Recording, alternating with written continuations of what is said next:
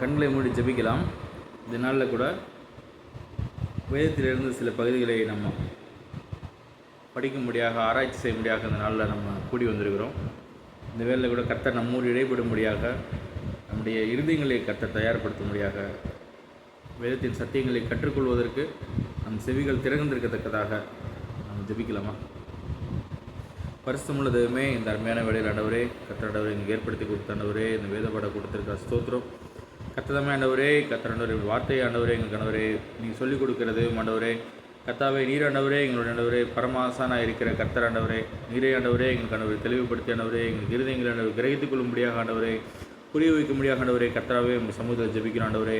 தேவதமே ஆண்டவரே, என்னுடைய எல்லா ஒரு காரியங்கள் ஆண்டவரே கர்த்தர் பொறுப்படுத்திக் கொள்ளுங்க. தேவதமே சகலத்தையும் ஆசீர்வதிங்க, வழிநடத்தும் இயேசுவின் ஜீவனும் பரமத்தம். ஆமென். இந்த நாளில் நம்ம வேதத்திலிருந்து நம்ம ஒரு புஸ்தகத்தை குறித்து நம்ம நாளில் படிக்க போகிறோம்.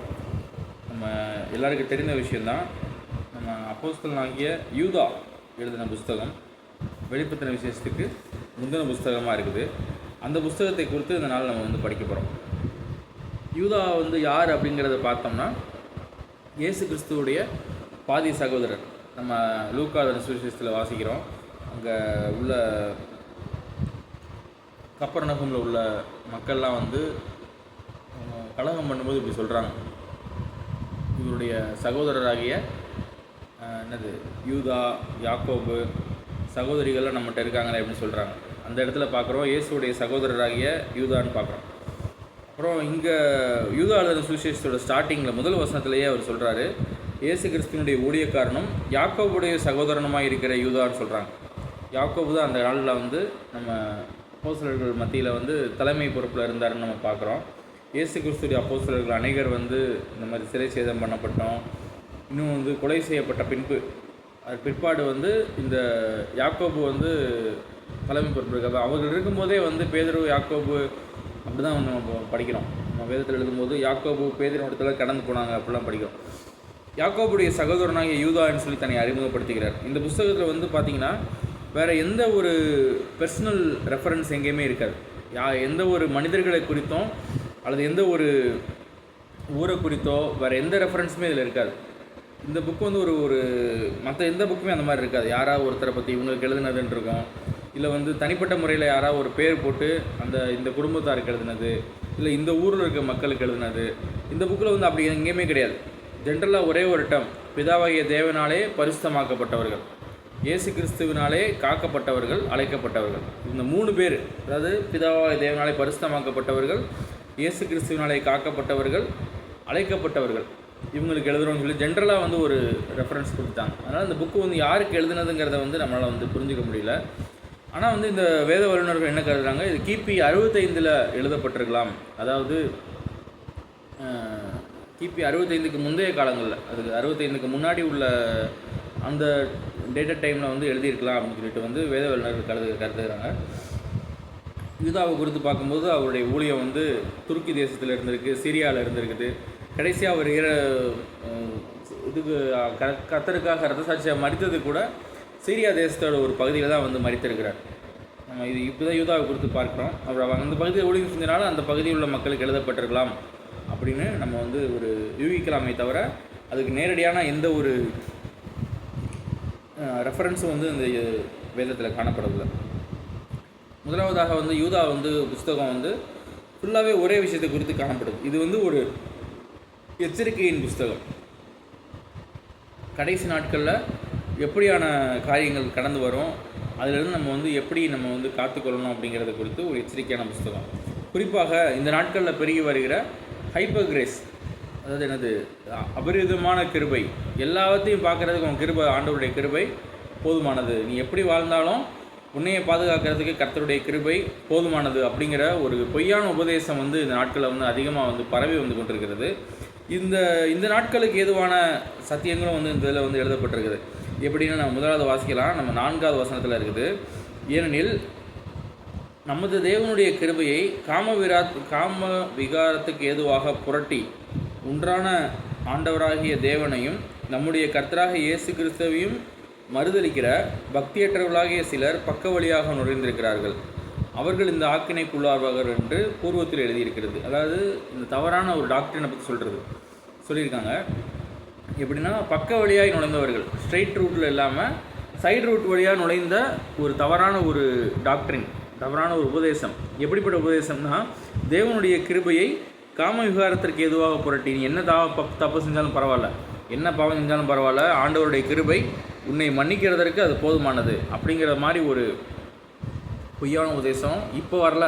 நம்ம எதுவும் நினச்சிட்டு இருக்கோம் இந்த நூற்றாண்டில் வந்துருச்சுன்னு. அப்போவே வந்திருக்குது. முதல் நூற்றாண்டு கிறிஸ்தவர்களே சந்தித்த ஒரு பெரிய ஒரு குழப்பமான ஒரு விஷயம் இந்த மாதிரி ஒரு உபதேசம். இது எப்படின்னா, ஹைப்பர் கிரேஸ், கர்த்தருடைய கிருபையை இதுக்கு நேராக புரட்டிக்கிறாங்க. இதெல்லாம் பண்ண தப்பு இல்லை, ஆண்டவர்கிட்ட மன்னிப்பு கேட்டால் ஆண்டவர் மன்னிப்பார், இயேசுவின் ரத்தம் சகல பாவங்களை நீக்கி, எல்லாம் வசனத்தை ரத்தம் பேசுவாங்க. அதுதான் முக்கியமான விஷயம். மோசமான உபதேசங்களும் நம்முடைய வேதத்திலிருந்து தான் ரெஃபரன்ஸ் ஆகி வந்திருக்கும். நம்ம அதனால் ரொம்ப கவனமாக இருக்க வேண்டிய காலம் இது. அப்படிப்பட்ட உபதேசத்தை சொல்லிவிட்டு ஆண்டவர் இந்த யூதா மூலமாக நமக்கு தெளிவுபடுத்துகிற ஒரு விஷயம், நீங்கள் அப்படி நினச்சிடாதீங்க. கர்த்தருடைய கிருபையை நீங்கள் இந்த மாதிரி உதாசீனப்படுத்திட்டு அந்த கிருபையை பெற்றுக்கொள்ளாமல் நினைத்துடாதீங்க சொல்லிட்டு 3 உதாரணங்களும் சொல்லப்பட்டிருக்கு அந்த வசனத்துக்கு அப்புறம் நீங்கள் பார்க்கலாம். முதலாவது நினைப்பூட்டப்படுகிற ஒரு உதாரணம் இஸ்ரவேல் மக்கள். இஸ்ரவேல் மக்களை ஆண்டவர் தான் என்ன செஞ்சார், எகிப்திலிருந்து அழைத்து கொண்டு வந்தார். அழைக்கப்பட்ட மக்கள், எகிப்திலிருந்து என்னுடைய தாசனாகிய இஸ்ரவேலை அழைத்து கொண்டு வந்தேன்னு சொல்லி நம்ம வேதத்தில் தீர்க்கதரிசன புத்தகத்தில் எழுதியிருக்கார். ஆண்டவர் அழைத்து கொண்டு வந்த ஒரு மக்கள். ஆண்டவர் பெரிய பெரிய அற்புதங்களை செய்து அவர்களை மீட்டெடுத்து, பார்வோனுடைய அடிமைத்தனத்திலிருந்து மீட்டெடுத்து கொண்டு வந்த மக்கள். செங்கடல் வழியாக அவங்க பிரவேசித்து வந்தது ஞானஸ்நானத்துக்கு ஒப்பனையான ஒரு விஷயமாக காணப்படுது. அனுதினமும் மன்னாவை சாப்பிட்ற விஷயம் தேவனுடைய வார்த்தையை அனுதினமும் புசிக்கிற ஒரு உதாரணமாக காணப்படுது.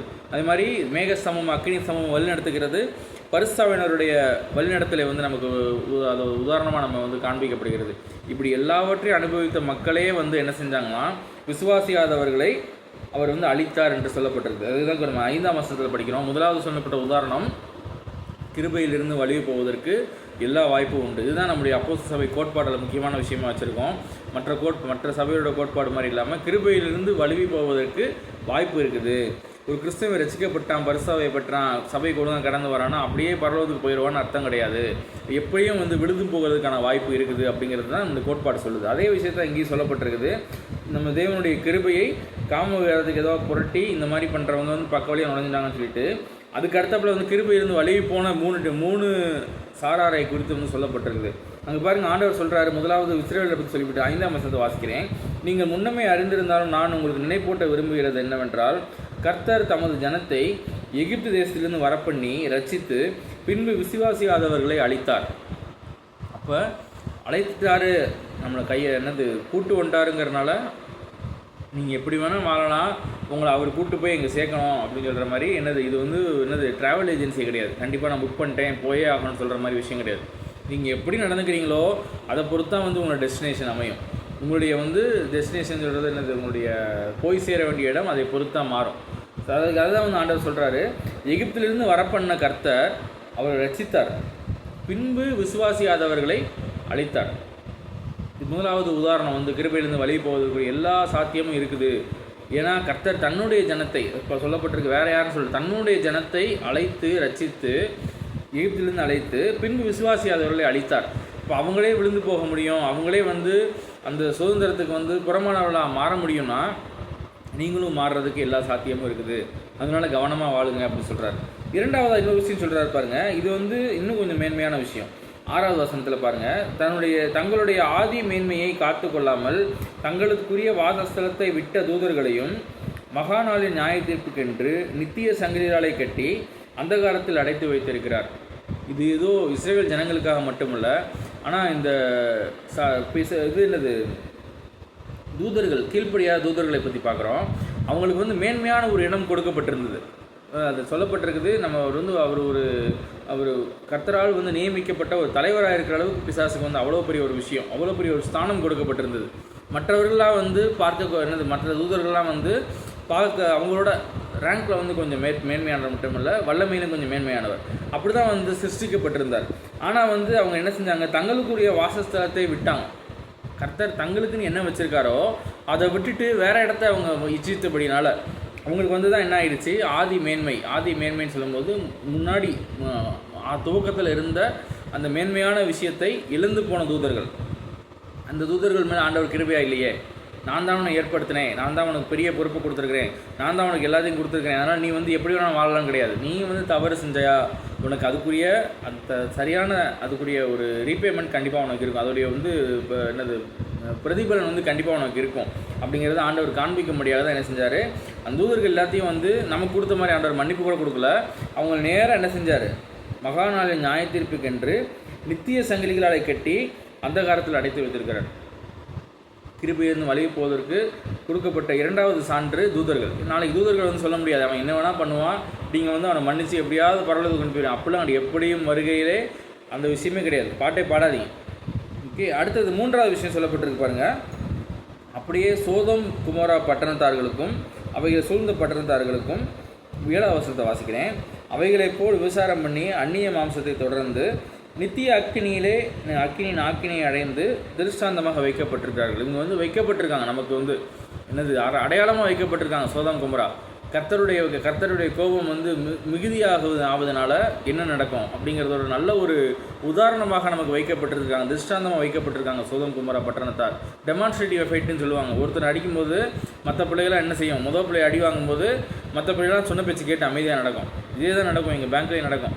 ஒரு விசி வச்சுருப்பாங்க, ஒரு மீட்டிங் வச்சுருப்பாங்க, ஒரு மேனேஜருக்கு கொடுக்குற ரைட்டில் அடுத்த எல்லா மேனேஜர்ஸும் கரெக்டான இதில் சொல்லுவாங்க, தனித்தனியாக யாருக்கும் சொல்ல வேண்டியது இருக்காது. இதே போல் தான் வந்து கர்த்தர் என்ன செஞ்சிருக்காரு, சோதம் குமராவுக்கு வந்து அப்படி தான் டெமான்ஸ்ட்ரேட்டிவ் எஃபெக்ட் காமிச்சிருக்காரு. கர்த்தர் வந்து எப்படி பாருங்கள், அவங்க வந்து விபச்சாரக்காரங்க தான், மோசமான விபச்சாரக்காரங்க, அந்நிய மாம்சத்தை தொடர்ந்து சொல்லப்பட்டிருக்கு. அப்போ எனக்கு அந்த வார்த்தை புதுசாக இருந்துச்சு, அந்நிய மாம்சத்தை தொடர்ந்து அப்படின்னா என்னவாக இருக்கும். அப்போ வந்து கர்த்தர் எனக்கு இன்னொரு விஷயத்தை ஞாபகப்படுத்தினார். அவங்க வந்து புருஷன் மனைவியை பற்றி சொல்லும்போது அவர்கள் ஒரே மாம்சமாக இருப்பார்கள் அப்படின்னு வந்து ஒரு நம்முடைய வசனத்தில் நம்ம நிருபங்களில் படிக்கிறோம். இது நிமித்தம் எனது புருஷன் தன் தகப்பனையும் தாயையும் விட்டு மனைவியோடு இசைந்திருப்பான், அவர்கள் ஒரே மாம்சமாக இருப்பார்கள். ஒரே மாம்சமாக இருக்கிறவங்கன்றப்ப இப்போ அந்நிய மாம்சத்துக்கு வித்தியாசம் அவங்களுக்கு தெரியும். அதாவது நம்ம அந்த திருமணத்திற்கு அப்பாற்பட்ட முறையில் இருக்கிற எல்லாமே வந்து என்னது விபச்சாரம் தான், வேசித்தனம்னு சொல்லலாம். அதை பற்றி நம்ம அதுதான் வந்து அந்நிய மாம்சத்தை தொடர்ந்து அப்படிங்கிறாங்க. அதை வந்து அவங்க வந்து அது இச்சிக்கிறாங்க. திருமணத்திற்கு வெளியே உள்ள சில காரியங்களை சந்தோஷங்களை வந்து என்ன செய்கிறாங்க, அவங்க இச்சிக்கிறாங்க. அதனால தான் வந்து அந்நிய மாம்சத்தை தொடர்ந்து சொல்லப்பட்டிருக்கு.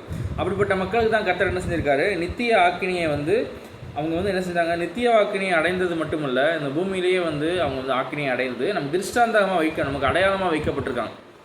ஓகே, அந்த 3 அடையாளங்கள் 3 உதாரணங்கள் வந்து சொல்லப்பட்டிருந்துச்சு. நம்ம முதல்ல பார்த்தோம் கிருபை, ஹைப்பர் கிரேஸ் அப்படிங்கிற அந்த ஒரு பொய்யான உபதேசம், அதை கவுண்டர் பண்ணுறதுக்காக தான் இந்த நிருபத்தில் வந்து அதிகமான வசனங்கள் எழுதப்பட்டிருக்கு. முதலாவது ஹைப்பர் கிரேஸ், அதாவது ஆண்டவர் வந்து எப்படிப்பட்ட பாவத்தையும் வந்து மன்னிக்க முடியும், உண்மைதான், மாற்று கருத்தே கிடையாது. கர்த்தர் எப்பேற்பட்ட பாவியையும் மன்னிக்க முடியும், மனம் திரும்பி வந்தால், உண்மைதான், மாற்றமே கிடையாது. ஆனால் நான் என்ன வேணால் பாவம் செய்வேன், ஆண்டவருடைய கிருபை எனக்கு போதுமானதுன்னு சொல்லிட்டு இருந்தோம்னா அதுதான் வந்து பொய்யான உபதேசம். அதை குறித்து அங்கே சொல்லப்பட்டிருக்குது. நமது தேவனுடைய கிருபையை காம விகாரத்துக்கு ஏதுவாக புரட்டின அந்த ஒரு மக்களை குறித்து கிருபையை வந்து அவங்க மிஸ்யூஸ் பண்ணுறாங்க. இவங்களுக்கு தேவையான விஷயங்கள் நடப்பிக்கிறதுக்காக கிருபையை பயன்படுத்திக்கிறாங்க. இப்படிப்பட்ட ஒரு மக்களை குறித்து தான் வந்து அந்த தவறான உபதேசத்தை குறித்து தான் வந்து அப்போஸ்தலனாகிய யூதா வந்து இந்த இடத்துல என்ன செய்கிறாரு, அதை வந்து நமக்கு எச்சரித்து எழுதுகிறார். ஒரு எச்சரிப்பு நிருபமாக இந்த நிருபம் காணப்படுது. 3 உதாரணங்கள் சொன்னார். நம்ம உதாரணங்களை பார்த்தோம். என்ன உதாரணம்? முதலாவது இஸ்ரவேல் மக்கள். ஈவன் தோ ஆண்டவர் வந்து அவங்கள வந்து எகிப்து தேசத்திலிருந்து அடிமைத்தனத்திலிருந்து அழைத்து கொண்டு வந்திருந்தாலும், ஆண்டவர் வந்து அவங்களுக்கு வந்து அனுதினமும் மன்னாவை கொடுத்து கொண்டிருந்தாலும், ஆண்டவர் வந்து அவங்களுக்கு மேகசமமாக அக்னிசமமாக வழிநடத்தி கொண்டிருந்தாலும், எல்லாமே இருந்தாலும் கர்த்தர் விசுவாசியாதவர்களை வந்து என்ன செய்தார், அழித்தார்.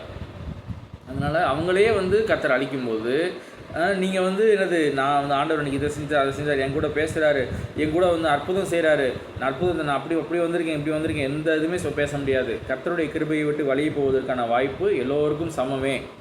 இரண்டாவதாக பார்க்குறோம், ஆதி மேன்மையை இழந்து போன தூதர்கள் தங்களுடைய ஸ்தானத்தை விட்டு மற்றவர்களுடைய ஸ்தானத்தை, இது பாருங்கள், இது இப்போ அவ்வளோ பெரிய தப்பாக நமக்கு படுதா, ஆனால் உண்மையிலே அது பெரிய தப்பு. கர்த்தர் உங்களுக்கு கொடுத்த காரியங்களை விட்டு மற்றவர்களுக்கு இப்படி கொடுத்த காரியங்களை அல்லது வந்து அதற்கு மேலான ஒரு காரியங்களை நீங்கள் வாஞ்சிக்கும் போது அது வந்து யாருக்கு, தூதர்களுக்கே அது பாவமாக எண்ணப்பட்டது. பரிசு தூதர்கள் என்று சொல்லப்பட்டிருக்க தூதர்களுக்கே அது பாவமாக கருதப்பட்டு அவருக்கு ஒரு ஆக்கினியை தீர்ப்பையும் கர்த்தர் என்ன செய்திருக்கார், நியமித்து வைத்தார். அப்போ வந்து நம்ம ரொம்ப கவனமாக இருக்க வேண்டிய விஷயம். மூன்றாவதாக சொல்லப்பட்டிருக்குது சோதம் குமராவின் பாவம். அது எனது விபச்சார பாவம். மோசமான வாழ்க்கையை வாழ்ந்து கொண்டிருந்தார்கள். நம்ம பார்க்குறோம். அந்த ஆதியாகமத்தில் படிக்கும்போது கூட அவர்கள் வந்து என்ன செஞ்சாங்களா, அந்த புருஷர்களை எங்களுக்கு கொடுங்க அப்படிங்கிறாங்க. நம்ம லோத்து கூட சொல்கிறாரு, என்னுடைய பிள்ளைங்க இருக்காங்க, அவங்க கூட நான் வெளியே அனுப்பிவிட்றேன். இல்லை, அவங்க பிள்ளைங்களாம் வேண்டாம், அந்த வந்தாங்கல்ல தூதர்கள், அந்த புருஷர்களை எங்களுக்கு வெளியே கொடுங்க அப்படிங்கிறாங்க. அந்த மக்கள் வந்து ஒரு மோசமான ஒரு பாவத்தில் வந்து காணப்பட்ட மக்கள். அவங்கள வந்து ஆண்டவர் அழித்து நமக்கு வந்து என்ன டெமான்ஸ்ட்ரேட்டிவ் எஃபெக்ட் காமிச்சிருக்காரு. அவங்கள அழித்து நமக்கு திருஷ்டாந்தங்களாக வைத்திருக்கிறார். நம்ம அதனால் வந்து கிருபையிலிருந்து வழி போகுது, கர்த்தருடைய வந்து நியாய தீர்ப்பு, இதை குறித்து நம்ம வந்து ரொம்ப கவனமாக இருக்க வேண்டும் என்பதற்காக எச்சரிப்பு நிறுவனமாக அந்த யூதாவில் எழுதப்பட்டிருக்குது. அதே போல் 8ஆம் வசனத்தில் பாருங்கள், நம்ம இன்னொரு காரியத்தை பார்க்குறோம். இப்படிப்பட்ட மக்கள் வந்து வெறும் ஹைப்பர் கிரேஸ் மட்டும் இல்லை, கிருபையை அபரிதமான கிருபையை மட்டும் சொல்கிறவங்க மட்டும் இல்லை, அவங்க என்ன பண்ணுறாங்கன்னு பாருங்கள். 8ஆம் வசனத்தை வாசிக்கிறேன். சொப்பனக்காரராகி இவர்களும் மாம்சத்தை அசூசிப்படுத்தி கர்த்தத்துவத்தை அசட்டை பண்ணி மகத்துவங்களை தூஷிக்கிறார்கள். அப்போ வந்து இதை பற்றி பார்க்கும்போது சொப்பனக்காரர்கள்னு பார்க்கணும். அப்போ இவங்க வந்து இன்னொரு விஷயம் வந்து இம்ப்ளைடாக தெரியுது. யாரெல்லாம் இந்த தவறான உபதேசத்தை கொண்டு வராங்களோ அவங்க வந்து நிறைய இந்த மாதிரி நான் தரிசனம் கண்டேன், சொப்பனம் கண்டேன், நீங்கள் சாதாரணமாக பார்க்க முடியும். நான் வந்து பேசல விரும்பலை. நம்முடைய இந்த மாதிரி வந்து இந்த இன்றைய கிறிஸ்தவ காலத்தில் மலிவாக கிடைக்கிற ஒரு விஷயம் என்ன தெரியுமா, அவங்க தீர்க்கதரிசி, அவங்க வந்து தரிசனம் பார்க்குறவங்க. இது வந்து மலிவாக கிடைக்குது. கர்த்தரும் சொல்லியிருக்காரு, கர்த்தருடைய வாக்குத்தம் இப்படியா இருக்குது, சகரியால் கடைசி நாட்களில் வந்து என் ஆவியை ஊற்றுவேன், அப்போ வந்து வாலிபர்கள் வந்து தரிசனங்களுக்கு காண்பார்கள், இதெல்லாம் இருக்குது, உண்மைதான். ஆனால் வந்து அது என்ன ஆயிடுச்சு, தங்களுடைய விருப்பத்தை நிறைவேற்றுறதுக்காக அந்த தீர்க்க தரிசனத்தை பயன்படுத்துகிற மக்கள் பெருகிட்டாங்க. அதே போல் தங்களுடைய விருப்பத்தை தாங்கள் மக்களுக்கு என்ன சொல்லணும்னு நினைக்கிறோமோ அதை வந்து ஆண்டவர் பேரை சொல்லிடுறது. ரெஃபரன்ஸை மட்டும் ஆண்டவர் பேரை மட்டும் போட்டுட்டு இவங்க யூஸ் பண்ணிக்கிறது, மிஸ்யூஸ் பண்ணுற மக்கள். இதான் வந்து இந்த இடத்துல சொல்லப்பட்டிருக்கு. அது போலவே சொப்பனக்காரராக இவர்கள் என்று சொல்லப்பட்டிருக்கு. சொப்பனக்காரர்கள் இவங்க என்ன செய்கிறாங்கன்னா, மாம்சத்தை அசூசிப்படுத்துகிறாங்க. முதல் விஷயம், நம்ம வந்து ஒவ்வொரு டிசன்மெண்ட்டோட நம்ம இருக்க வேண்டிய விஷயம், மாம்சத்தில் அவங்க வாழ்க்கை வந்து எப்படி இருக்குது அப்படிங்கிறத நம்ம கவனிக்கணும். மாம்சத்தை அசூசிப்படுத்துகிற ஒரு வாழ்க்கையை வாழ்ந்து கொண்டு சொப்பனம் காண்றாங்க அப்படின்னாங்கன்னா அவங்களுடைய சொப்பனம் வந்து கர்த்தரிடத்துல வந்ததாக இருக்காது. ஒன்று அவங்க மாம்சத்தை வந்ததாக இருக்கும், இல்லை பிசாசத்து வந்ததாக இருக்கும். நம்ம ரொம்ப கவனமாக இருக்கணும். அடுத்தது, கர்த்தத்துவத்தை அசட்டை பண்ணி மகத்துவத்தை தூசிக்கிறாங்க. இது பார்க்கும்போது உங்களுக்கு வித்தியாசமாக இருந்துச்சு. எனக்கு இது சரியான மீனிங் புரியாத மாதிரி இருந்துச்சு. அதனால் நான் ஆங்கிலத்தில் பார்த்தேன். அதில் சொல்லப்பட்டிருக்குது, அத்தாரிட்டிஸை வந்து என்ன செய்வாங்களாம், அவங்க வந்து மதிக்க மாட்டாங்களாம். அதே மாதிரி டிக்னிட்டரிஸை வந்து தூஷிப்பாங்களாம். டிக்னிட்டரிஸ், அத்தாரிட்டிஸ், இப்படி பார்க்கும்போது இந்த ஆங்கிலத்தில் உள்ள விஷயம் வந்து நமக்கு வந்து இன்னும் கொஞ்சம் ஸ்பெசிஃபிக்காக வந்து இன்னும் கொஞ்சம் அது நம்ம புரிகிற மாதிரி விஷயமாக காணப்பட்டுச்சு. மேபி வந்து எனக்கு இந்த வார்த்தையோட அர்த்தம் புரியாதனாலேயே நான் படித்தேன். அத்தாரிட்டிஸை வந்து அசட்டை பண்ணுறது அப்படிங்கிறது வந்து ஆண்டவர் வந்து வெறும் வந்து தேவனை அசட்டை பண்ணுறதுங்கிறது மட்டும் சொல்லலை. கர்த்தர் நமக்கு மேலே வைத்திருக்கிற எல்லா அதிகாரங்களையும் அசட்டை பண்ணுற ஒரு விஷயம். அதான் கர்த்தத்துவங்களை அசட்டை பண்ணுறது. நமக்கு மேலே உள்ள அதிகாரங்கள் எல்லாம் தேவனால் உண்டானவைகள். உண்டாயிருக்கிற அதிகாரம் ஒன்றுமே வந்து மனுஷனால் உண்டானதில்லை. அது மேபி வந்து குடும்பத்தில் உள்ள அதிகாரமாக இருக்கலாம், பெற்றோர் இல்லை கணவர், இல்லை வந்து இது மாதிரி நம்முடைய மூத்த பெற்றோர், அதாவது நம்முடைய கிராண்ட் பேரண்ட்ஸ் இப்படி இருக்கலாம். இல்லை அதுக்கு மேலே வந்து நம்முடைய வேலை ஸ்தலத்தில் உள்ள அதிகாரங்களாக இருக்கலாம், இல்லை நம்ம அரசாங்கத்தில் உள்ள அதிகாரமாக இருக்கலாம், சபையில் உள்ள அதிகாரமாக இருக்கலாம். எல்லா அதிகாரமே வந்து யாரால், தேவனால் கொடுக்கப்பட்டது. அந்த அதிகாரங்களை வந்து என்றைக்குமே என்ன செய்யக்கூடாது, நம்ம அசட்டை பண்ணக்கூடாது. நம்ம இந்த பொய்யான உபதேசத்தாருடைய முக்கியமான விஷயம் சொல்லப்பட்டிருக்கு பாருங்கள். அவர்கள் என்ன செய்கிறாங்க, கர்த்தத்துவத்தை அசட்டை பண்ணுகிறார்கள். நம்ம வந்து மற்றதெல்லாம் கூட நமக்கு ஈஸியாக இருக்கும், புரிஞ்சுக்கிறது ஈஸியாக இருக்கும், நம்ம அதை பின்பற்றுறது கூட ரொம்ப எளிதாக இருக்கும். இந்த மாதிரி கிருபை ஹைப்பர் கிரேஸ்லாம் கிடையாது, நான் வந்து இதை ஒத்துக்கொள்கிறேன், கிருபை நம்ம ஆண்டவர் வந்து நியாயந்திருக்கிறவருங்கிறத ஒத்துக்கொள்கிறேன், கர்த்தருக்கு முன்பாக நம்ம பரிசுத்தமாக வாழணும், அதெல்லாம் ஒத்துக்கொள்வோம். ஆனால் இந்த அதிகாரத்தை வந்து அசட்டை பண்ணுறதுங்கிறது வந்து ரொம்ப மோசமான விஷயம். நம்ம சாதாரணமாக செஞ்சுட்டு இருக்கோம். ஆனால் பாருங்கள், இதை குறித்து வந்து பின்னாடி வந்து நிறைய எழுதுறாரு அவர். யூதா எழுதுறதை குறித்து பார்க்குறோம். அடுத்தது வந்து அதிகாரத்தை அசட்டை பண்ணுறது மட்டும் இல்லை, மகத்துவங்களை தூஷிக்கிறார்கள். டிக்னிட்டரிஸ்ன்னு எழுதப்பட்டிருக்குது. அது எப்படின்னா, கர்த்தரால் வந்து ஒருத்தருக்கு வந்து ஒரு அதிகாரம் கொடுக்கப்பட்டு, ஒருத்தர் நம்ம தாவீதை கொடுத்து பார்க்குறோம்.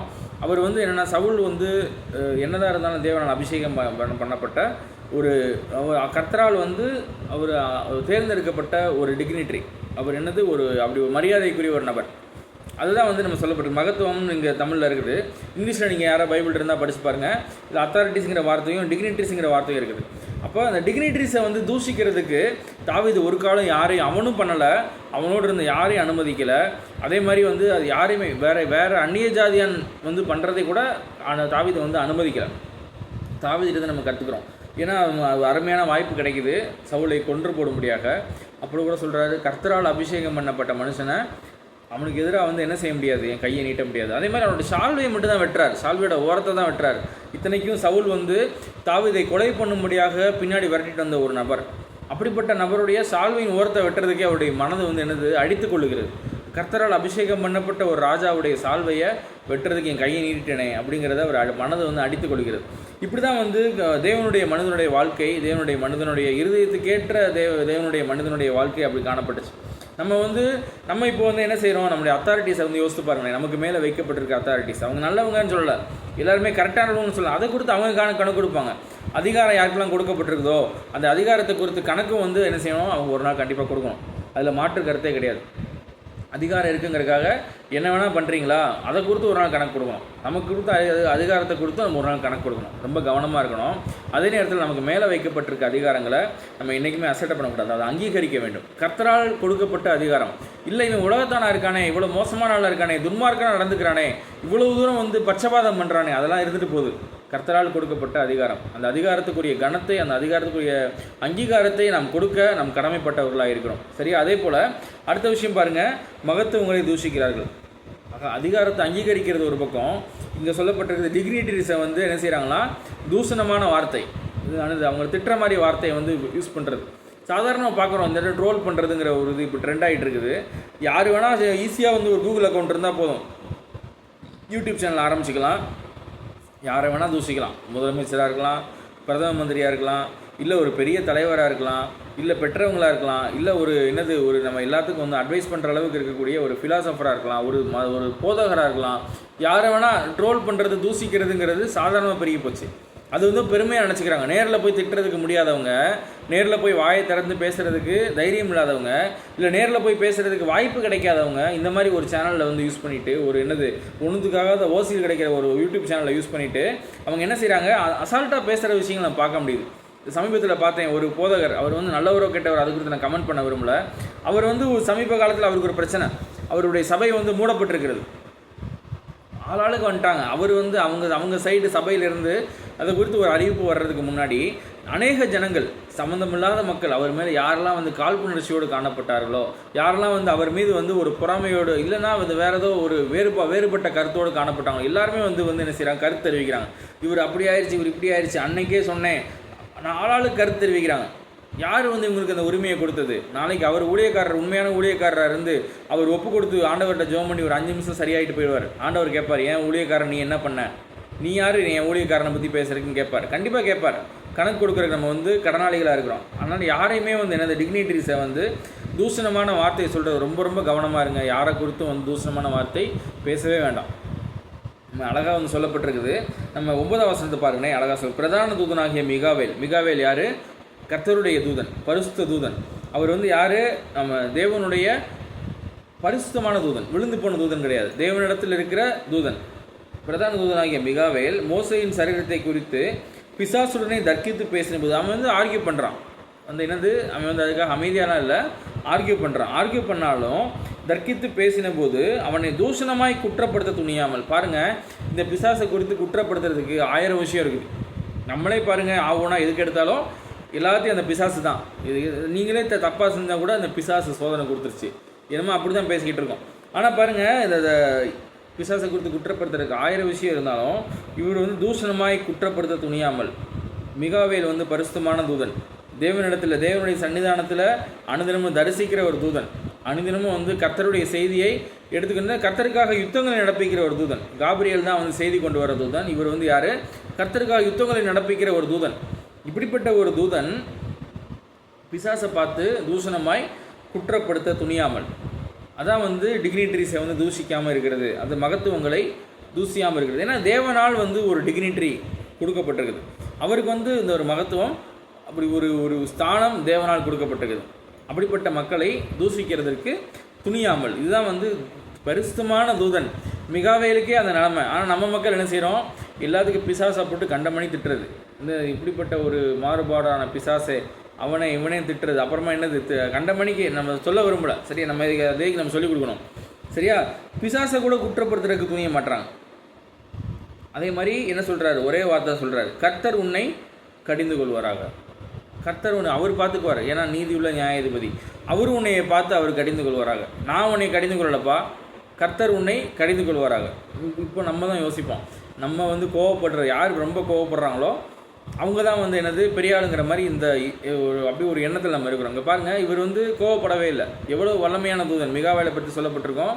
கர்த்தருடைய என்னது அந்த 3 டைப் ஆஃப் குரூப் ஆஃப் இந்த தூதர்கள் இருந்தாங்க. 3 குழுவான தூதர்கள்லாம் காணப்பட்டாங்க. ஆராதிக்கிறதுக்கு ஒரு குழு இருந்துச்சு. மெசஞ்சர் ஏஞ்சல்ஸ், அதாவது செய்திகளை கொண்டு போகிறதுக்கு வந்து ஒரு தூதர்கள் கூட்டம் இருந்துச்சு.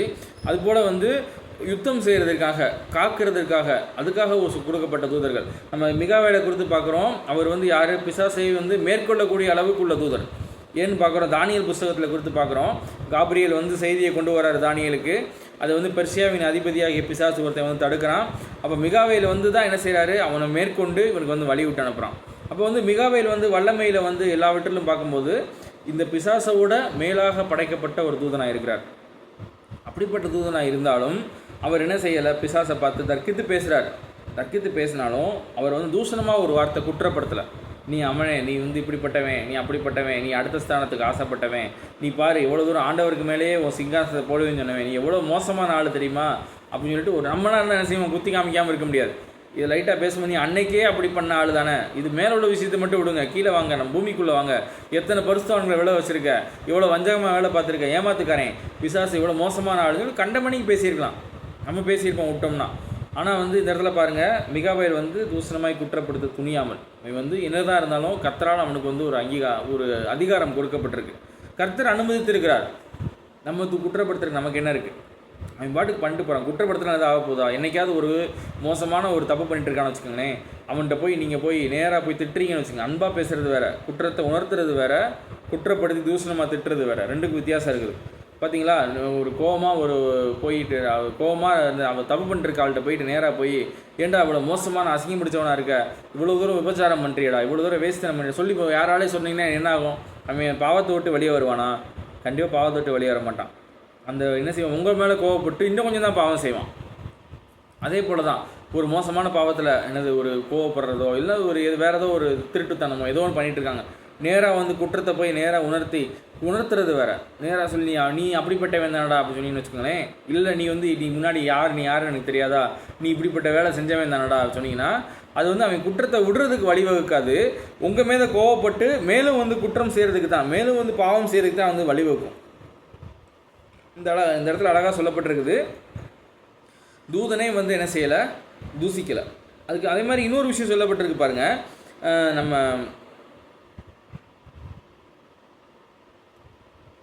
10ஆம் வசனத்தை பாருங்களேன். தங்களுக்கு தெரியாதவைகளை இவங்க என்ன செய்கிறாங்கன்னா, இவர்கள் தங்களுக்கு தெரியாதவைகளை தூசிக்கிறார்கள். அதே மாதிரி 2வது விஷயம் சொல்லப்படுங்க, புத்தி இல்லாத மிருகங்களைப் போல பாவப்படி தங்களுக்கு தெரிந்திருக்கிறவர்களாலே தங்களை கெடுத்துக் கொள்கிறார்கள். இந்த இடத்துல பாருங்கள், ஒன்று தெரியாதுன்றிருக்கு, ஒன்று தெரிந்திருக்கிறதுன்றிருக்கு. ரெண்டுக்குள்ள வித்தியாசத்தை நம்ம கவனிக்க வேண்டிய விஷயம் இருக்குது. அதாவது சில விஷயங்கள் எல்லாமே வந்து நம்மளுடைய பார்வையில் பார்க்கும்போது அது ஒரு மாதிரி தென்படும், மேலேருந்து பார்க்கும்போது வேறு மாதிரி தென்படும். இது வித்தியாசம் புரியுது அவங்களுக்கு? ஒரு காருக்கு உள்ளே இருந்து நீங்கள் வந்து கண்ணாடியை பார்த்து வண்டி ஓட்டுறதுக்கும், இல்லை ஒரு பில்டிங்கில் மேலே இருக்கும்போது அந்த கார் போகிறத நீங்கள் பார்க்குறதுக்கும் வித்தியாசம் இருக்கும். காருக்கு உள்ளே இருந்து பார்க்கும்போது உங்களுக்குள்ள பிரச்சனை தான் உங்களுக்கு தெரியும். அதாவது உங்களுக்கு ஏத்தாப்பில் வர்றது, உங்களுக்கு சைடு வர்றது, உங்கள் ரோடு, இந்த விஷயங்கள் மட்டும் தான் உங்களுக்கு தெரியும். ஆனால் ஒரு உயரமான பில்டிங்லேருந்து அந்த கார் போகிறத ரோட்டில் பார்க்கும்போது, இந்த கார் இந்த பக்கம் போகுது, இதுக்கு இவ்வளோ தூரத்தில் ஏத்தாப்பில் இவ்வளோ பெரிய ஒரு லாரி ஒன்று வந்துட்டு இருக்குது, இந்த இடத்துல ஒரு வண்டி பிரேக் பிடிக்காமல் ஒருத்தன் வந்து என்ன செய்கிறான், 2 வீலரை கொண்டக்க ஓடிட்டு இருக்கான், எல்லாத்தையும் உங்களால் பார்க்க முடியும். இதுதான் வந்து வித்தியாசம். கர்த்தருடைய பார்வைக்கும் நம்முடைய பார்வைக்குள்ள வித்தியாசம். நம்ம வந்து நமக்கு உள்ளேருந்து பார்க்கும்போது நமக்குள்ள பிரச்சனை நமக்கு தெரியும், நம்ம பார்க்குற விஷயங்கள் தான் தெரியும். இதுதான் வந்து பாவப்படி தங்களுக்கு தெரிந்திருக்கிறவர்களால் தங்களை கெடுத்துக்க, அது மட்டும் தான் வாழ்க்கை நினச்சிட்டு என்ன செய்கிறாங்க, தங்களுக்கு தெரியாத விஷயங்களை குறித்து என்ன செய்கிறாங்க, தூசிக்கிறாங்க. நமக்கு தெரிஞ்ச விஷயத்த சொல்கிறதே தப்பு, நமக்கே அதில் ஃபுல்லாக தெரியுமா தெரியும். உங்களோட ஆங்கிள் ஒன்று இருக்கும், எதிர்த்தாப்பில் இருக்கவங்களோட ஆங்கிள் ஒன்று இருக்கும், அவங்களோட பார்வை ஒரு பக்கம் இருக்கும். அதே போல் 2 பேரையும் சேர்த்து ஆக்சுவலாக என்ன நடக்குதுன்னு பார்க்குற தேவனுடைய பார்வை ஒன்று இருக்கும். எல்லா பார்வையும் வந்து நீங்கள் தெரிஞ்சால் தான் உங்களுக்கு முழுசாக தெரிஞ்சிருக்கு. இல்லை நீங்கள் பார்க்குறத வச்சு நீங்கள் தீர்மானித்து, அதுதான் சொல்லப்பட்டிருக்கு, புத்தி இல்லாத மிருகங்கள் தான் அப்படி பண்ணுமா. நம்ம வந்து புத்தி உள்ள மனுஷர்களாக இருக்கோம், புத்தி இல்லாத மிருகங்களுக்கு தான் தெரியாது, நம்ம பார்க்குறது மட்டும் தான் உலகம் நினச்சிக்கும். பார்த்துருக்கீங்களா? சூரியனை பார்த்து நாய் குலைக்கிறது பார்த்துருக்கீங்களா? காலையில் விடியும் போது சமயத்தில் சில நாய் வந்து என்ன லூஸ் பிடிச்ச நாய் வானத்தை பார்த்து குலைக்கும். அதுக்கு எதுவும் அதை பார்த்து லைட் அடிக்கிறாங்கன்னு தோணும். அதனால் என்ன செய்யும்? ஐயோன்னு சொல்லிட்டு குலைச்சிக்கிட்டு இருக்கும்.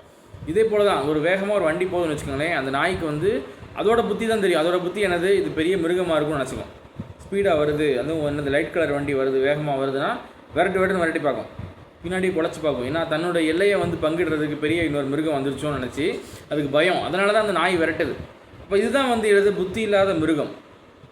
தனக்கு தெரிந்த விஷயத்தை வைத்து தீர்மானிக்கிற அல்லது தனக்கு தெரிந்த விஷயத்தை வைத்து இதுதான் உண்மை என்று முடிவு செய்து கொள்கிற புத்தி இல்லாத மிருகம். இந்த மிருகத்தை போல தான் நம்ம அநேகர் வந்து என்ன செய்கிறோம், நமக்கு தெரிஞ்ச விஷயத்தை வச்சு தூசிக்க ஆரம்பிச்சிடறோம். தெரிஞ்ச விஷயத்தை வச்சுட்டு நீங்கள் அமைதியாக கூட இருந்துக்கலாம், நமக்கு அவ்வளோதான் தெரியுங்கிறது நமக்கு நம்முடைய அறிவு மட்டுள்ளது அல்லது நம்முடைய அறிவு குறைவுள்ளதுங்கிற அந்த அறிவு வரும்போது தான் நம்ம உன்னதமானவருடைய அறிவை வந்து நம்ம நாடுறதுக்கே நம்ம வந்து முதல்ல முற்படுவோம். சரியா? நம்ம முதலாவது நம்முடைய அறிவு குறைவுள்ளது அப்படிங்கிறத நம்ம வந்து புரிந்து கொள்ள வேண்டும். எப்பயுமே ஞாபகம் வச்சுக்கோங்க, உங்களுடைய பார்வையில் நீங்கள் செய்கிறது ஒரு விஷயமா இருக்கும், அது மற்றவர்களுடைய பார்வையில் வேறு மாதிரி இருக்கும். அதை நம்ம செய்கிற விஷயத்தில் பாதிக்கப்படுறவங்களோட பார்வையில் அது வேறு மாதிரி இருக்கும். அதே மாதிரி தேவனுடைய பார்வையில் அது வேறு மாதிரி இருக்கும். உண்மைங்கிறது இது எல்லாத்துக்கும் மேலே தேவனுடைய பார்வையில் தான் வந்து காணப்படுது. சரியா? நம்ம அதை வந்து என்றைக்குமே புரிந்து கொள்ள வேண்டும். நம்ம பார்க்குறதுனால வச்சு நம்ம தீர்மானித்தரக்கூடாது. நம்ம நியாயம் தீர்க்கிறதுக்கு எல்லோரும் என்ன செய்கிறோம், ரொம்ப ஸ்பீடாக இருக்கும். அநேக நீதிபதிகள் இருக்காங்க, என்னது ஒரு விஷயம் நடந்துருச்சா வந்து டக்குன்னு தீர்ப்பை சொல்லிட்டு போயிடுவாங்க. இதான் தீர்ப்பு, அது ஹை அப்பீல் கூட இருக்காது, நான் சொன்னது கரெக்டு தான் நிற்பாங்க. இந்த மாதிரிப்பட்ட மக்கள் நிறைய இருக்கிறாங்க. அவங்க என்ன செய்கிறாங்க, யாரையும் தூசிக்கிறதுக்கு முன்னாடி சிம்பிளாக ஒரு விஷயம், அது சிம்பிள், நம்ம என்னது ரொம்ப எளிமையாக நம்ம புரிந்து கொள்கிறதுக்கு நம்ம யாரையுமே தூசிக்க வேண்டாம். பிசாசையே தூசிக்கக்கூடாதுங்கிறப்ப நம்ம யாரையுமே என்ன செய்ய வேண்டாம், தூசிக்க வேண்டாம். யாரையுமே கெடுதலை வந்து யார்கிட்டையும் பேசவே வேண்டாம். ஒருத்தருக்கு விரோதமாக வந்து கெடுதல் பேசுகிறதுனால நமக்கு ஒரு நன்மையும் கிடைக்க போகிறதில்ல. உங்கள் மனசுக்கு வேணால் ஒரு ஆறுதலாக இருக்கும், என்னது நம்ம எனத்தையோ பெருசாக சாதிச்சிட்ட மாதிரி, அவன் என்னை பேசிட்டான், நான் திரும்ப பேசிட்டேன், சரியாக போச்சு. உங்கள் மனதை தான் நீங்கள் சரி பண்ண முடியுமே ஒழிய நீங்கள் கரைப்படுத்த தான் செய்றீங்க. அதுதான் வந்து சொல்லப்பட்டிருக்குது, மகத்துவங்களை தூசிக்கிறவங்க கர்த்தத்துவங்களை அசட்டை பண்ணுறவங்க. மகத்துவம் தானே சொல்லியிருக்கு. நம்ம மனுஷனை எப்படி நம்ம சாதாரணமான மனுஷனை தான் நான் திட்டுறேன் கிடையாதுங்க. மனுஷன் ஒவ்வொருத்தனுக்குள்ள ஒரு ஆத்மா இருக்குது. அந்த ஆத்மா விலையேறப்பெற்ற ஆத்மா. அதை கொடுத்து தேவனுக்கு ஒரு திட்டம் உண்டு. நீங்கள் வந்து இப்படிப்பட்ட ஒரு மனுஷனை என்ன செய்றீங்க, சாதாரணமாக வந்து எளிமையான மனுஷன் தானே சொல்லிட்டு அவனை நீங்கள் தூசிக்கும் போதோ, அவனை திட்டும் போதோ, இல்லை அவனை கேவலமாக பேசும்போதோ, அவனை படைத்த தேவனை வந்து நீங்கள் என்ன செய்றீங்க, அவமானப்படுத்துக்கிறீங்க. அதுக்கு கண்டிப்பாக நம்ம கணக்கு கொடுக்க வேண்டிய ஒரு கட்டாயத்தில் நம்ம இருக்கிறோம். அது ரொம்ப கவனமாக இருங்க. நம்ம முதலாவது பார்த்தோம் வந்த யூதா சொல்லுகிற தவறான உபதேசம் ஹைப்பர் கிரேஸ், கிருபையை காம விகாரத்துக்கு ஏதுவாக புரட்டி போட்ட ஒரு மக்களை குறித்து நம்ம பார்த்தோம். ரெண்டாவதாக பார்த்தோம், அப்படிப்பட்ட மக்கள் எப்படிப்பட்ட மக்களாக இருக்காங்க, மாம்சத்தை அசுசிப்படுத்துகிறவங்க, தங்களுடைய மாம்சத்தை என்ன செய்கிறாங்க, அசுத்தப்படுத்துகிற ஒரு மக்கள். அவங்க வந்து தகுதியான வாழ்க்கையை வாழாமல் மாம்சத்தில் நடக்கிற ஒரு மக்கள், அப்படிப்பட்ட மக்கள் என்று பார்க்குறோம். மூன்றாவதாக பார்த்தோம் கர்த்தத்துவத்தை, நமக்கு மேலே இருக்கிற அத்தாரிட்டிஸை, அதிகாரங்களை அசட்டை பண்ணுகிறவர்கள், 8ஆம் வசனத்தை பார்த்தோம். அதுக்கப்புறம் பார்த்தோம் மகத்துவங்களை தூசிக்கிறவங்கன்னு பார்த்தோம். நம்ம இதெல்லாம் விடுங்க, நம்ம வந்து இதுக்கு அவங்களுடைய காரியங்களை குறித்து பின்னாடி சொல்லப்பட்டிருக்குது. அது எப்படிப்பட்ட என்னது, கடலில் வந்து அமளியாய் வந்து அவமானங்களை தள்ளுகிற மார்க்கந்தப்பி அலைகிற நட்சத்திரம் சொல்லப்பட்டிருக்குது, நிறைய விஷயம் சொல்லப்பட்டிருக்குது. ஓகே, நம்ம ஒரே விஷயம் வந்து இதுலேருந்து புரிஞ்சு கொள்கிற ஒரு விஷயம் என்னென்னா, நம்ம வந்து 14ஆம் வசனத்தை படிக்கலாமா. ஆதாமுக்கு 7ஆம் தலைமுறையான ஏனோக்கு, இந்த ரெஃபரன்ஸ் வந்து பைபிளில் வேறு எங்கேயுமே இல்லை, ஆனால் யூதா எடுத்து கையாளுகிறார். யூதா வாழ்ந்த காலங்களில் இருந்த அவங்களுடைய வேத புஸ்தகங்கள், அவங்களுக்கு இருந்த சுருள்களில் இந்த விஷயங்கள் எழுதப்பட்டிருக்கலாம் என்று நம்ம வேதவர்கள் கருதுகிறாங்க. அவர் எடுத்து கையாளுகிறார் பாருங்கள். ஆதாமுக்கு 7ஆம் தலைமுறையான ஏனோக்கும் இவர்களை குறித்து, இதோ எல்லோருக்கும் நியாயம் தீர்ப்பு கொடுக்கிறதற்கும் அவர்களில் அவபக்தியுள்ளவர்கள் யாவரும் அவபக்தியாய் செய்து வந்த சகல அவபக்தியான கிரியைகள் நிமித்தமும் தமக்கு விரோதமாய் அவபக்தியுள்ள பாவிகள் பேசின கடின வார்த்தைகள் எல்லா நிமித்தமும் அவர்களை கண்டிக்கிறதற்கு 1000 தமது பரிசுத்தவான்களோடு கூட கர்த்தர் வருகிறார் என்று முன்னறிவித்தான். ஏனோக்குடைய இந்த தீர்க்க தரிசனம் வேறு எங்கே இருக்குதுன்னு சொல்லிட்டு எனக்கு தெரியல. நம்ம வேதத்தை வந்து எனக்கு தெரிந்த வரைக்கும் வந்து ஏனோக்குடைய தீர்க்க தரிசனம் எழுதப்பட்ட விஷயங்களாக பெருசாக ரெஃபரன்ஸ் எதுவும் இல்லை. ஆதியாகமத்தில் ஒரே ஒரு விஷயம் இருக்குது, ஏனோக்கு தேவனோடு சஞ்சரித்து கொண்டிருந்தான், அவன் என்ன செய்தான், திடீர்னு காணப்படாமல் போயிட்டான், அப்படி தான் சொல்லப்பட்டிருக்குது. ஆனால் ஏனோக்கு சொன்ன தீர்க்க தரிசனமாக இது எழுதப்பட்டிருக்குது. இது ஒன்லைன் எடுத்துக்கிட்டோம்னா, இந்த மக்களை குறித்து நீங்கள் கவலைப்படாதீங்க, இந்த மக்கள் எல்லாத்துக்கும் நியாய தீர்ப்பு கொடுக்கறதுக்கு தேவன் தம்முடைய 1000 பரிசுத்தவான்களோடு கூட பகிரங்க வருகையில் வரும்போது அதை அவர் பார்த்துக்குவார். நீங்கள் என்ன செய்யுங்க, உங்களுடைய வேலையை நீங்கள் பாருங்கள். இவங்க பற்றி இன்னும் நிறைய விஷயம் சொல்லப்பட்டிருக்கு. இவர்கள் வந்து முறுமுறுக்கிறவங்க, முறையிடுகிறவங்க. இது பார்த்தீங்கன்னா முறுமுறுக்கிறது வந்து நமக்குள்ளேயே வந்து என்னது முறுமுறுத்துக்கிட்டே இருக்கிறது. முறையிடுறதுனா கம்ப்ளைண்ட், சில பேர் கம்ப்ளைண்ட் பண்ணிட்டே இருப்பாங்க. முறுமுறுக்கும் முறையிடுறதுக்கும் நிறைய வித்தியாசம் இருக்குது. அடுத்தது இச்சைகளின்படி நடக்கிறது. 16ஆம் வசனத்தை வாசிக்கிறேன். இவருக்கு வாய் வந்து எப்படி இருக்கும்? இச்சைகளின்படி நடக்கிறது. வாய் வந்து இருமாப்பானதை, ரொம்ப பெருமையானதை பேசிக்கிட்டு இருக்கும். எப்பயுமே வந்து தன்னை குறித்து பெருமையை மட்டும் பேசி, தன்னுடைய ஒன் சைடை மட்டும், தன்னுடைய ஒரு பக்கம் தான் சாதித்த விஷயங்கள் எல்லாவற்றையும் மட்டும் பேசிக்கொண்டே இருக்கிறவங்க. அதே மாதிரி தற்பொழிவுக்காக முகஸ்துதி செய்கிறவங்க. நான் இப்போ இது புரியல எனக்கு, என்னடா தற்பொழிவுனா என்னன்னு தெரியலையே அப்படின்னு பார்த்தேன். அட்வான்டேஜ், தனக்கு ஏதோ ஒரு சாதகமான ஒரு விஷயம் கிடைக்குங்கிறதுக்காக மற்றவங்களை பார்த்து என்ன செய்கிறாங்க, அவங்களுக்கு முகஸ்துதினா என்னது? அவங்களுக்கு குறித்து நன்மையானதை இல்லை அவங்கள குறித்து பெருமையாக பேசுகிறது. இப்படிப்பட்ட காரியங்களை செய்து வர்றாங்க. இதை குறித்து தான் நம்ம வந்து 14 நம்ம ஏற்கனவே பார்த்த விஷயங்களோட சேர்த்து இதையும் நீங்கள் சேர்த்துக்குங்க. அழகாக 4 விஷயம் சொல்லப்பட்டிருக்குது. முறுமுறுக்கிறவங்க, முறையிடுறவங்க, அப்படி என்னது இச்சைகளின்படி நடக்கிறவங்க. தாங்கள் மனசில் விரும்பினது, ஆசைப்பட்டது எல்லாத்தையும் செய்கிறது தான் இச்சையின்படி நடக்கிறது. பெருசாக இச்சையின்படினா ரொம்ப யோசிச்சிடாதீங்க. ஆசைப்பட்ட எல்லாத்தையும் செய்யணும்னு நினைக்கிறோமா, ஆசைப்பட்டாச்சு கண்டிப்பாக செஞ்சு முடிக்கணும், அதுதான் இச்சையின்படி நடக்கிறது. அதுக்கடுத்தது பார்க்குறோம், இருமாப்பானதை பேசுகிறது, பெருமை. எப்போ பார்த்தாலும் பெருமையாக பேசிக்கிட்டு இருக்கிறது. எனக்கு அது, நான் அப்படி, நான் இப்படி, எங்கள் அம்மா அப்படி, எங்கள் அப்பா அப்படி, எங்கள் மாமா அப்படி, எங்கள் தாத்தா அப்படி, தன்னை குறித்தும் தன்னை சார்ந்த மக்களை குறித்தும் பெருமை இருமாப்பானவைகளை பேசுறது. இருமாப்பால் பேசுகிறது மட்டும் இல்லை, முகஸ்துதியை நாடுறது. அட்வான்டேஜுக்கு, தனக்கு ஏதாவது ஒரு நன்மை கிடைக்கும் என்பதற்காக, பின்னாடி நமக்கு யூஸ்ஃபுல்லாக இருப்பாங்கிறதுக்காக, நல்ல என்னது ஒரு மேன்மையான மக்களை பார்க்கும்போது அவங்களுக்கு அட்வான்டேஜாக என்னது, நீங்கள் லேஸ்பட்ட ஆள். முகஸ்துதினா என்னது? அவங்கள வந்து பாராட்டி, இல்லை அவங்கள புகழ்ந்து, அவங்க முன்னாடி, அவங்க முகத்துக்கு முன்னாடி அவங்கள புகழ்ந்து அப்படி பேசுகிறது தான் அந்த என்னது முகஸ்துதின்னு சொல்லப்பட்டிருக்குது. சரி, ஓகே. நம்ம இதை குறித்து வந்து நம்ம யூதா நிருபத்தில் ஃபுல்லாகவே எழுதியிருக்காரு. கடைசியில் வந்து யூதா வந்து எப்படி முடிக்கிறாரு, நீங்கள் யாருமே வந்து உங்களை வந்து நீங்கள் வலுவாமல் பாதுகாத்துக்கிறதுக்கு உங்களால் முடியாது, வலுவாதபடி உங்களை காக்கிறதுக்கு. அதே போல் 24 வசனத்தில் இருக்குது, வலுவாதபடி உங்களை காக்கவும் தமது மகிமையுள்ள சன்னிதானத்திலே மிகுந்த மகிழ்ச்சியோடு உங்களை மாசற்றவர்களாக நிறுத்தும் வல்லமை உள்ளவரும் தாம் ஒருவரே ஞானமுள்ளவருமாகிய நம்முடைய இரட்சகராகிய தேவனுக்கு கனமும் மகத்துவமும் வல்லமையும் அதிகாரம் எப்பொழுதும் உண்டாவதாகன்னு சொல்லி முடிச்சிருக்கார். இதில் வந்து அவர் சொல்லப்படுற ஒரு முக்கியமான விஷயம், இந்த மோசமான உபதேசங்கள் அந்த காலத்திலேயே பெருகி இருக்குது. அதே மாதிரி இந்த மோசமான எண்ணங்கள், இந்த மோசமான காரியங்கள் நம்ம எல்லாத்தையும் பார்த்தோம். முதல்ல ஹைப்பர் கிரேஸை குறித்து பார்த்தோம். என்னது அபரிதமான கிருபைன்னு சொல்லிட்டு, கிருபை என்ன தான் இருக்குது, நான் எப்படி என்ன தப்பு பண்ணாலும் கிருபை வந்து என்னை பாதுகாத்துக்கும் அப்படின்னு சொல்லிட்டு அப்படி ஒரு பொய்யான உபதேசத்தை குறித்து சொல்லப்பட்டிருந்துச்சு. அதை வந்து உடைக்கிறதுக்காக தான், அது தப்புன்னு சொல்கிறதுக்காக தான் 3 உதாரணங்களை நம்ம பார்த்தோம். நம்ம யூதா வந்து அழகாக சொல்லியிருந்தார், இஸ்ரவேலரை பற்றி சொல்லியிருந்தார், பிசாசுகளை பற்றி சொல்லியிருந்தார், சோதம் குமரா பட்டணத்தை பற்றி சொல்லியிருந்தார். இதான் வந்து 3 உதாரணங்களை சொல்லியிருந்தார். அதுக்கப்புறமா வந்து இப்படிப்பட்ட மக்கள், இந்த கள்ள உபதேசமான மக்கள் என்னென்ன செய்கிறாங்கன்னு சொல்லி பார்த்தோம். மாம்சத்தை அசுசி பண்ணுறாங்க, அதிகாரங்களை அசட்டை பண்ணுறாங்க.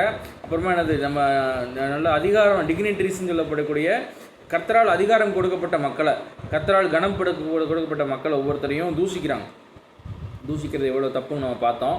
யூதா அழகாக அவங்க சொல்லி கொடுத்துருந்தாரு.